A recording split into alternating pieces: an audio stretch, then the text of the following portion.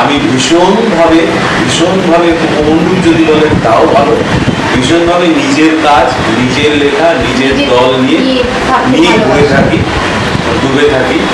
যা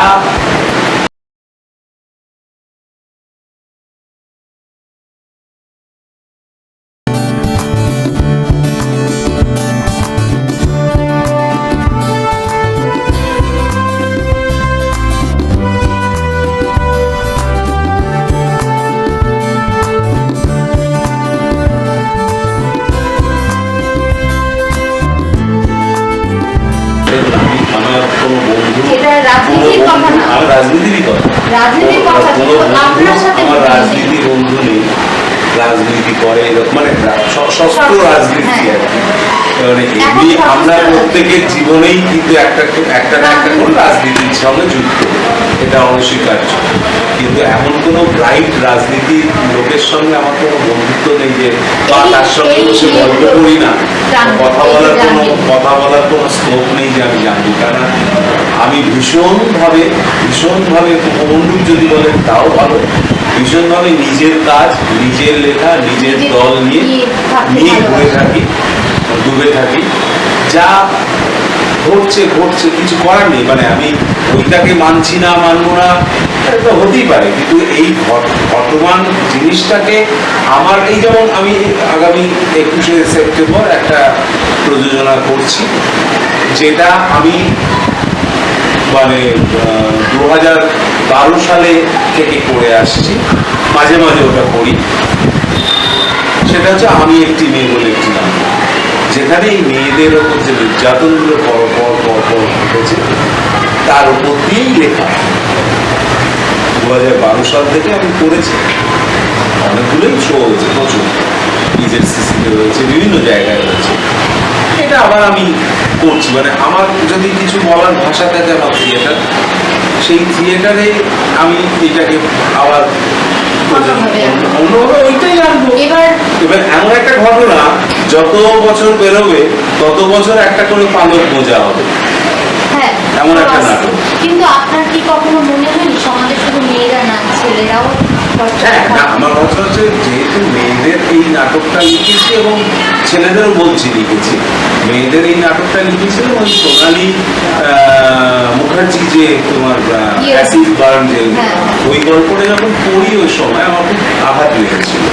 তারপর থেকে খুব এরকম একটা হতে পারে তো। আর এবং সে নিজে অনার ক্রিয়েট চাইছে, তখন থেকে ওইটা লিখলাম।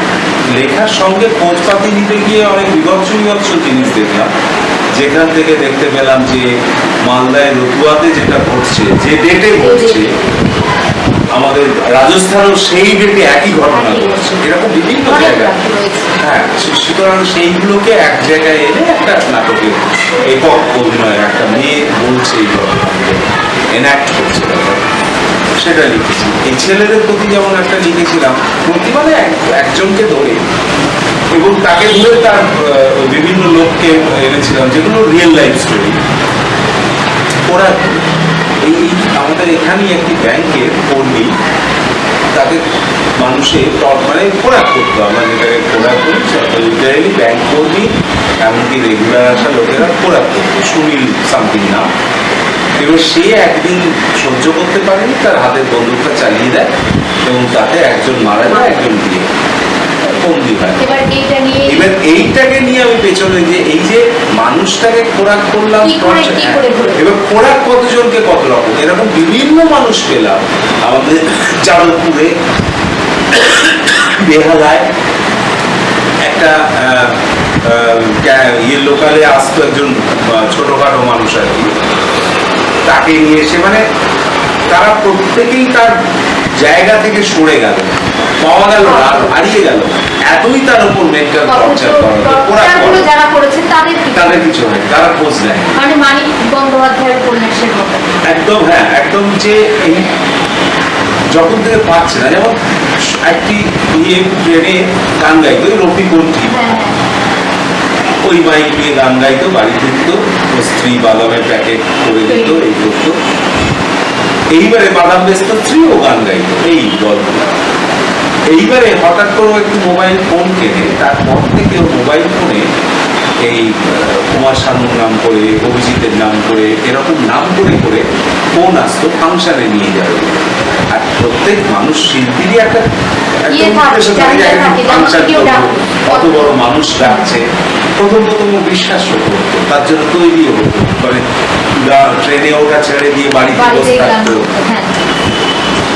এইটা দীর্ঘদিন চলতে লাগলো। এবার ও বুঝতে যখন পারছে, ওর স্ত্রী সাপোর্ট করছে এইসব দিক থেকে ও ছেড়ে দাও, কিন্তু ওই ইচ্ছে থেকে। আর তারপরে আস্তে আস্তে আস্তে আস্তে ও বিশ্বাস ভাঙতে হয়, তখন সে মানসিক সেই মানসিক এমন অবস্থায় চলে গেল, লাস্ট ফোনটা আসছে, সে তাকে পদ্মশ্রী পুরস্কার দেওয়া হয়। সেই যে ভেঙে গেল, সে বাড়িতে গুটিয়ে গেল, বসে গেল, তার স্ত্রী একা, মানসিক ভারসাম্য মানুষ হারায়। একদম একদম তাই। সে গান করে না, হারমোনিয়াম ছোঁয় না, এগুলো তার মাথায় কাজ হ্যাঁ, করছে। ওর বউয়ের ওই বাদামের প্যাকেট মোম নিয়ে আটকে দেয়। বউ বলছে আমার কি একার বাদাম পাশে পাশে একটা সংসার চলতে পারে, কিন্তু ও হারিয়ে গেল। এই যে হারিয়ে গেল, তার রোজ যারা ওর গান শুনতো, তারা কিন্তু একদিনের জন্য ওর বাড়ি খোঁজ করে আসতো। এটাই আমরা এখনকার সময়। আপনি মেনে নিলেও হ্যাঁ, না মানলেও হ্যাঁ, এটাই বাস্তব। এবার আপনাকে কিছু প্রশ্ন করবো, যেগুলোর আপনি উত্তর দেবেন সাথে ডাক্তার বলতে পারেন, বাট 2-3 সেকেন্ড দেওয়া হবে, আমি অতটা ইয়ে করবো না। এখন জানেন ওটিটি প্ল্যাটফর্মে নানা রকম আসছে, অনেক বার্তা দেওয়া হচ্ছে। তারপর রয়েছে আপনার পাশাপাশি আরও সিনেমাতে ডিটেকটিভ কিছু একটা সিরিয়াল হচ্ছে বা কিছু ডিটেকটিভ সিনেমা 2-3টে করে হচ্ছে, একটাই সেশন 1 সেশন 2 সেশন এরকম। তো আপনার এগুলো কেমন লাগে? এগুলো করবেন? এবার এগুলো দেখে আপনার মনে হয়েছে যে এই সিরিয়াল একদম মনে হয়েছে না এই সিরিয়ালগুলো ডিফারেন্স আছে, এগুলো চলছে, এই যে এগুলো চলার পেছনে অনেকগুলো শর্ত আছে বলে আমার মনে হচ্ছে। প্রথম শর্ত হচ্ছে, ওয়েব সিরিজগুলো বিভিন্ন হ্যাঁ হ্যাঁ, ওয়েব সিরিজগুলো প্রথম শর্ত হচ্ছে, মানে হিন্দি বা কিছু বাংলা, তারা ফরম্যাটটা একদম ছবি, একদম সিরিয়াসলি ফরম্যাটটা, এবং ওই যে বললাম সময়, প্রত্যেকটা তৈরি করতে সময় দিয়ে তৈরি করছে। ফলে আপনি যখন তাড়াহুড়ো করে খিচুড়িটা রাঁধবেন, তখন খিচুড়িটা তাড়াহুড়োর খিচুড়ি, আর যেদিন খিচুড়িটা রাঁধবেন ভালো করে, দুটোর মধ্যে অনেক তফাৎ হবে। এখানেও তাই, ওটিটি প্ল্যাটফর্মে যে কাজগুলো হচ্ছে সেগুলো গুণে অনেক উন্নত, আর অভিনয় গুণে গুণে সব মিলিয়েই বলছি। এবং এই যে কেন এগুলো চলবে, তার কারণ একটাই, এখনকার যে দৌড়টা পড়েছে আমাদের, প্রত্যেক মানুষের যে দৌড় পড়েছে, ধরুন বাসে যাচ্ছে 8 ঘন্টা 20 মিনিট, আপনি একটা ওটিটি প্ল্যাটফর্মে যেটা আপনার পছন্দ সেটা দেখছেন, দেখে স্টপ করে দিলেন, কাজ করে ফিরে এলেন, তারপর থেকে আবার দেখতে পেলেন। এই যে আপনার ইচ্ছে মতন ওটাকে বন্ধ করে চালিয়ে আবার যাওয়া, হ্যাঁ, সেইটা কিন্তু আপনার মুঠোর মধ্যে চলে এসেছে। ওয়েব সিরিজও তাই। ওয়েব সিরিজ তাই তো, আপনার মুঠোর মধ্যে চলে যাবে, যখন ক্লিক করবেন, যখন যেখান থেকে তখন দেখবেন তখন থেকেই দেখতে পাবেন। তাহলে এগুলো আপনার ভালো। হ্যাঁ, আমার ওয়েব আর সিরিজ এখনকার সিরিয়ালগুলো ঝুলে গেল, আপনার কি মনে হয় না যে আগে যে সিরিয়ালগুলো, যেমন এই যে জননী, তার 13 পার্বণ, এগুলো শুরু হয়েছিল যখন, তখনকার সিরিয়াল এখনকার সিরিয়ালের মধ্যে ডিফারেন্স, অনেক। সেই ডিফারেন্সটা কি আপনার চোখে প্রথম কি হয়? এখন হচ্ছে ধরদপ্তা মারতে টাইপের হচ্ছে, কিন্তু তখন সিরিয়ালগুলোর মধ্যে কিন্তু আগে যখন আমরা প্রথম সময় চলে গেল, হ্যাঁ। একদম প্রথম যখন দূরদর্শন রয়েছে, তখন বেশ কয়েকটা, মানে একদম প্রথম সারি সিনেমা, এই সিরিয়ালগুলোর সঙ্গে হ্যাঁ। আমি প্রথম যুক্ত ছিলাম। তো সেই সময় একটা সিরিয়াল, একটা এপিসোড তুলতে 3 দিন সময় লাগে, 3-4 দিন সময় লাগে। হ্যাঁ। এবং তারা প্রত্যেকেই ফিল্মের ডিরেক্টররা যেহেতু এখানে ডিরেক্ট করতেন, তার কনসেপ্টটা ফিল্মিকই থাকে। কিন্তু পরের দিকে যখন এই জননী বা যখন মেগা সিরিয়াল উৎপাদন হলো, মেগা সিরিয়াল উৎপাদন হতো, তখন মেগা সিরিয়ালের তবু 13 পার্বণেও অনেকটা ওটা মেগা সিরিয়াল হলো, ওটা কি ভালো ছিল, ওটা সিরিয়ালের উন্নত মধ্যে ছিল। পড়ছে। এই যে জননীর পর থেকেই বা জন্মভূমি জননী, এরা হচ্ছে মেগা সিরিয়াল সিরিজের। তখন কি হলো, তখন ওদের কাছে অনেকগুলো বাউন্ডারি একদিনে তোমাকে 22 মিনিট করতে হবে, একদিনে তাহলে একদিনে একটা 22 মিনিট মানে হচ্ছে একটা এপিসোড, অনেকটা একটা এপিসোড ডিউরেশন। সেইটা একটা তুলতে গেলে যেভাবে তুলতে হবে সেইভাবেই হচ্ছে। এইবার তখন তখন কেন ভালো হতো? একটু তাহলে সময় দেওয়া না, তখন অভিনেতারা ভালো ছিল। একদম মানে যেটা বলা হতো সে তারাই করতো। তারা সুন্দরভাবে সেটাকে Manage রিয়াজ করে বা মনিটর করে নেওয়া যেত। এখন যার জন্য ফরম্যাটটাও বদলে গেছে, এখন পাঠ করানো হচ্ছে, সঙ্গে ক্লোজ অজস্র নেওয়া রাখা হচ্ছে, ফলে যেখানটা একটু মনে হবে ঠিকঠাক নেই সেখানে ক্লোজ দিয়ে মেকআপ করে ফলে একটা ফরম্যাটের আবার একটা ফরম্যাটের জন্ম হলো। করবেন তাতে যারা আপনি যাতে অভিনয় করবেন ইয়ে ওই আগের মতন সিরিয়াল যদি ওই ফিল্মেটিক তো বলছি কাট পেলে কেন করবো না? হ্যাঁ। সিরিয়াল করে খাই, সিনেমা করে খাই, কেন আমি করবো না? একদম। না করার তো জায়গায় নেই। চরিত্রাভিনেতা মানে হতে চেয়েছিলেন নাকি নায়ক?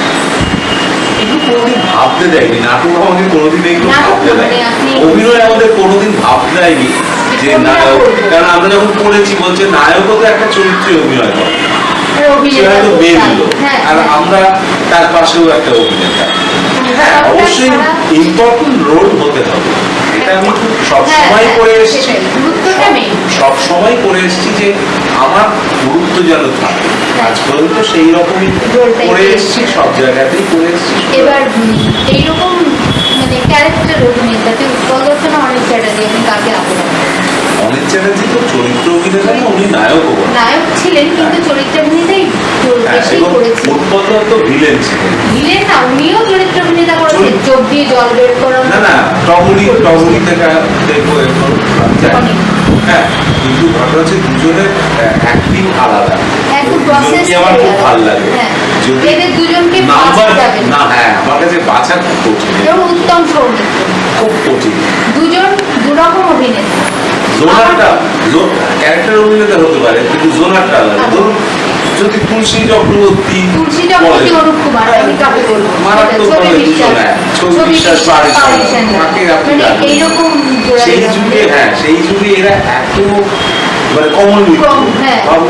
মানে মেয়ের বাবা পারিসান্নাল কমল মিত্র, এরা হ্যাঁ, মেয়ের বাবা, মেয়ের বাবা। এরা ছেলের বাবা, একদম ঠিক করা। ঠিক করা ছিল। তখনকার সময় ভিলেনিক কাজ করতে হচ্ছে আমাদের ইয়ে কি বলে, বিকাশ রায়।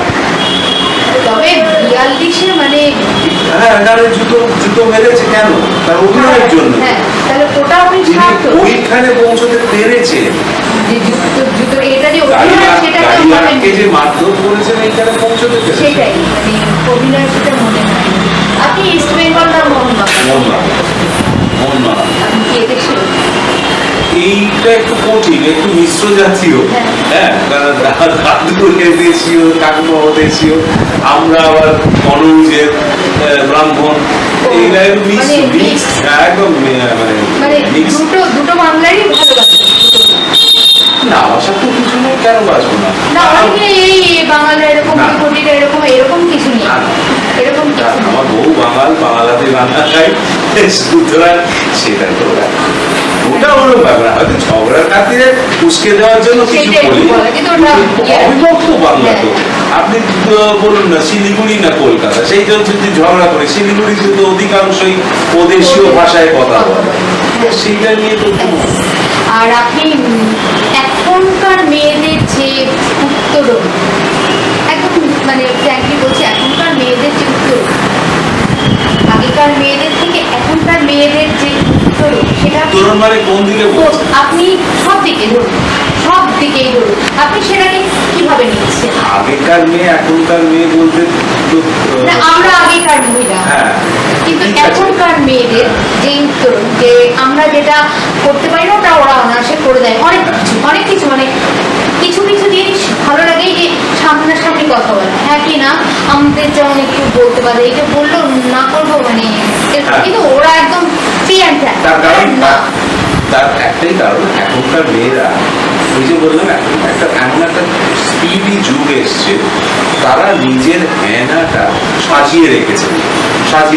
একদম। এইটা হলেই আমি এটা করবো, না হলে আমি ফিরে আসবো ওটা করবো।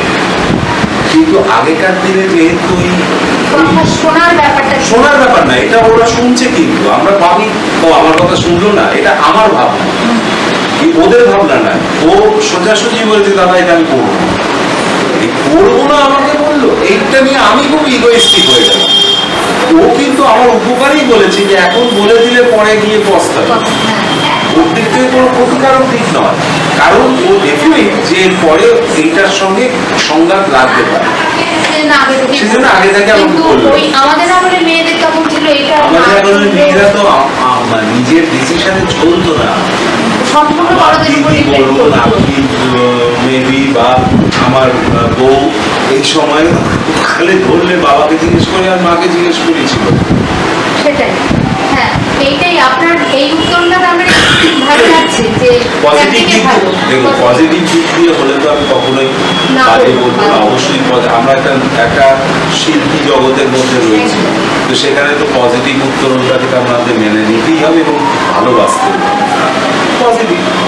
আচ্ছা ধরুন এমন কি হয়েছে যে আপনারা নাটক করতে কোথাও গেছেন, সেখানে মাঝপথে কোনো কারণে আপনাদের নাটক বন্ধ হয়ে গেল? কোনো কারণে বন্ধ হয়ে গেল করে দিল তা নয়, কোনো কারণে বন্ধ করে চলে এসেছি, আমার ছেলে মেয়েদের বাঁচানোর জন্য সেরকম হয়েছে।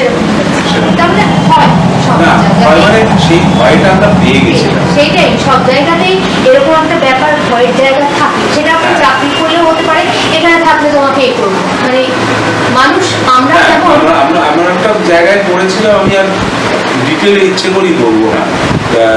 সেইখানে মনে হয়েছে যে আর একটুখানি বেশি যদি নাটকটা চলে, নাটকটার মধ্যে আসলে কারাগার মুক্তির পথে আমাদের এই কৃষ্ণের জন্ম ইত্যাদি, নারায়ণ ওই সেই মাথায় করে দিয়ে নিয়ে গেছে, এইসব ছিল, কিন্তু জায়গাটা সেরকম নয়। ফলে কিছুক্ষণের মধ্যে আমি দেখলাম অ্যাটমসফিয়ারটা বদলে, হঠাৎ করে 2-4 ফোঁটা বৃষ্টি আরম্ভ হতে, ওপেন জায়গা ছিল, আমি যে অর্গানাইজার ছিল আমি বললাম যে দেখো এই বৃষ্টিতে তো মানুষও থাকবে না, আমরাও করতে পারবো না, বরঞ্চ এখন হ্যাঁ কি করি বলতে হয়, বন্ধ করে দাও, পরে যেদিন হবে সেদিন নয় আসবো। ওই অবস্থাতেই আমি যা আছে সবাইকে বললাম পোশাক পরে চলো, আমরা গাড়িতে ইয়ে করবো, না হয় এখানে চলে এসে আমরা পোশাক ছাড়। এরকম ঘটনা একটা আমার ঘটেছিল। তার মানে এটা বোঝা যায় যে আমরা আমাদের ফ্যামিলির জন্য অনেক কিছু ত্যাগ স্বীকার করি, অনেক কিছু স্যাক্রিফাইসও করি এবং অনেক কিছু মেনে নিই। কার আমরা বলবো আমরা সবাই আমরা এবার সেটা তো সবাইকে মানা উচিত, যদি না আমরা সেই family- মানে না, আমি একটা কিছু করলাম, আমি একটা কোনো কাজ করলাম, কিন্তু আমাকে তারপর বলা হলো আমারও ছেলে মেয়ে আছে, তোমার ছেলে মেয়ে আছে, তোমারও একটা আছে, তো এটার জন্য আমরা সেই কাজটা থেকে অবশ্যই পিছিয়ে আসবো, কখনো করতে যাব না। তার কারণ এখানেই কারণটা যে আমরা সংগ্রাম করতে চাই। অবশ্যই মানে আমি যখন একটা নাটক নিয়ে যাই বা যে কোনো ধরো আমি নাটক নিয়ে গেলাম না, আমরা 5 জনে এমনি বেড়াতে গেলাম, তখন? তাহলেও তো যে বেড়াতে নিয়ে যাচ্ছে অর্থাৎ মুখিয়া যে তার একটা দায়বদ্ধতা থাকে, তো তার পেছনের সকলকে সেটাই। যে তার তার মানে নির্ভরশীল যারা, আমাদের সেই দায়বদ্ধতাটা আছে, হ্যাঁ অবশ্যই থাকবে, প্রত্যেকেরই আছে। এটাই বলছি প্রত্যেকেরই আছে। হ্যাঁ। তো সেই দায়বদ্ধতা থেকে আমার আজকে শেষ প্রশ্ন, আপনি নাটকের জন্য কত দূর যেতে পারেন? কতদূর বলতে কি বিষয়? নাটকের বিষয় ভাবনা, চরিত্র চিন্তন, আমাকে আমার ভাবনা set সাজানো। যতদূর নিয়ে যাবে।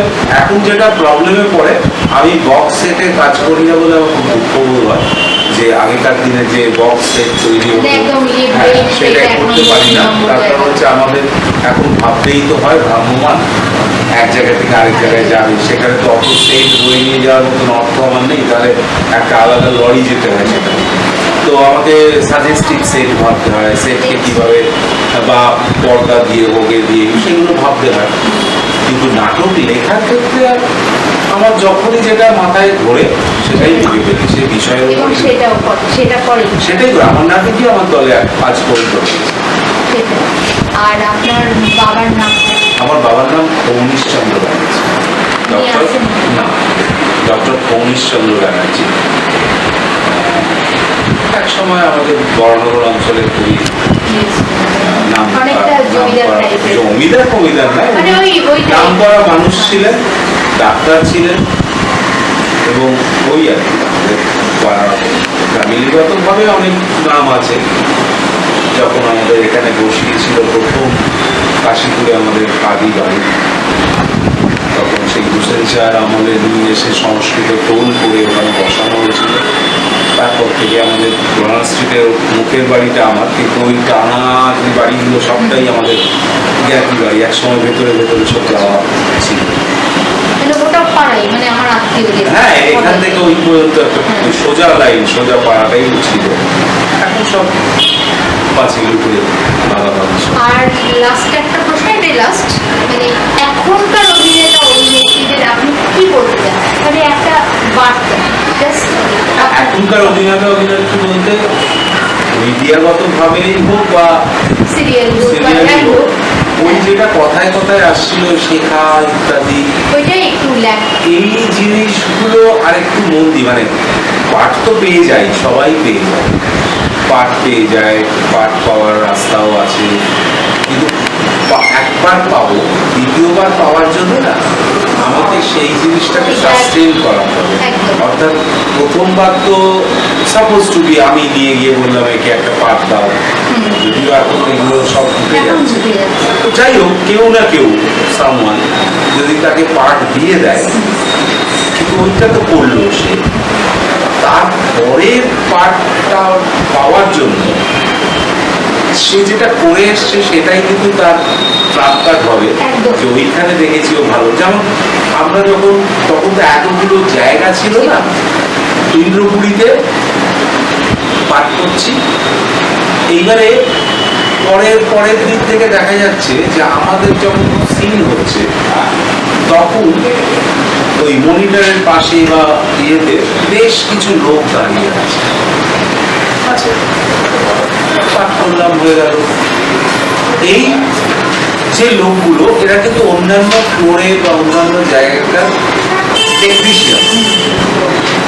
এই যে কাজটা করলাম, এই কাজটা ওদের মুখ দিয়ে এক জায়গা থেকে আরেক জায়গায় ছড়িয়ে করতে লাগে, কিন্তু ওইখানে যদি আমি ভুল করতাম তাহলে পরের দিন ভিড়টা হতো না, পরের দিন ভিড়টাও হতো না।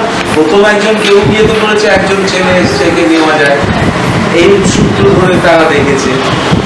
ফলে কি হচ্ছে যে একবার তো পাঠ পাওয়া যায়, বারবার পাঠ পাওয়ার জন্য আমাকে একটা জায়গা রাখবে, এটার জন্য শিখতে।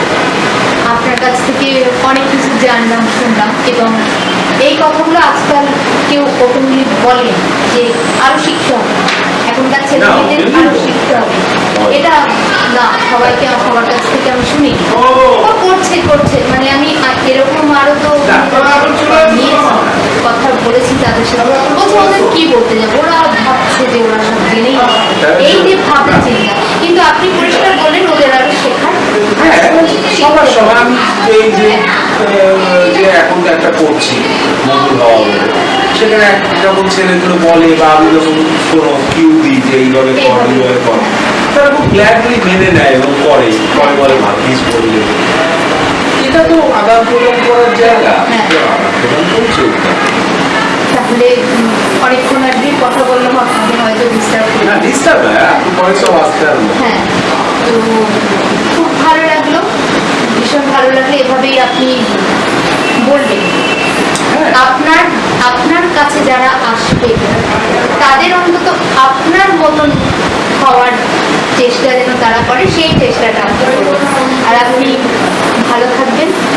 নমস্কার, আবার দেখা হবে।